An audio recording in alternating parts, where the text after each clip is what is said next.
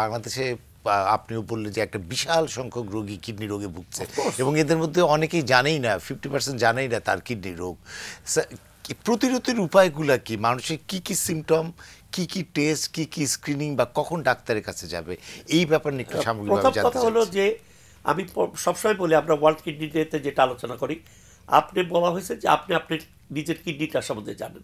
আমি শুধু কিডনি বলবো না, আপনার কিডনি মানে জানতে হলে আপনার ডায়াবেটিস জানতে হবে, ব্লাড প্রেশার জানতে হবে, কোনো রোগ আছে। তাহলে জানবেন কীভাবে? একটু আগেই বললাম যে আপনি প্রেশার দেখেন, ডায়াবেটিস দেখেন, একটা আলট্রাসোনোগ্রাম কিডনির জন্মগত দোষ আছে দেখেন, পাথর আছে কিনা দেখেন, কিডনিতে প্রোটিন লিক করতেছে কিনা দেখেন। সিম্পল।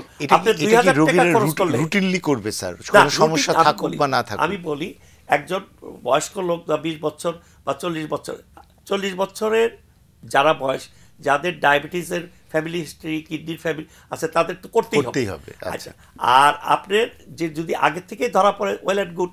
তারপরে আপনি জানার পরে আপনি বছরে একবার করবেন না 2 বার করবেন, এটা ডাক্তার সাহেব ওনার গ্র্যাভিটি অফ প্রবলেম দেখে বলে দিবে। আমরা বেশি পয়সা খরচ করতে চাই, কিন্তু আমি আমার নিজের সুস্থ রাখতে চাই। সেই জন্য এইগুলি করে আপনি যদি স্ট্রিক্ট থাকেন, কেয়ারফুল থাকেন, সবচেয়ে হলো আপনার ব্রেইন যদি জানে যে আমার কিডনিটা, আমার রোগ সম্বন্ধে আমি জানতে চাই, তাহলে কিন্তু হয়। কিন্তু আমরা কি করি? আমরা ব্লাড প্রেশার জানি কিন্তু ওষুধ খাই না, বিলিভ ইট নট। আর 50% কেন 60% জানি না ব্লাড প্রেশার। আচ্ছা, যাদের আসে তাদের ওষুধ ঠিক মতো খায় না। তৃতীয় হলো খাইলেও কতটুকু রাখতে হবে, টার্গেট অফ ব্লাড প্রেশার, আমার ব্লাড প্রেশার কত রাখতে হবে সেটা জানেন। আপনি বেশি ব্লাড প্রেশার থাকলে কিডনি, আচ্ছা আমি সিম্পল হইতে বলি, কিডনি প্রেশার, কিডনির ছাঁকনিটা হলো কিডনির আসল মানে মেইন পয়েন্ট, নিউক্লিয়াস। এই ছাঁকনিটা যদি আপনি ঠিক রাখতে পারেন তাহলে আপনি কিডনি ড্যামেজ হবে না।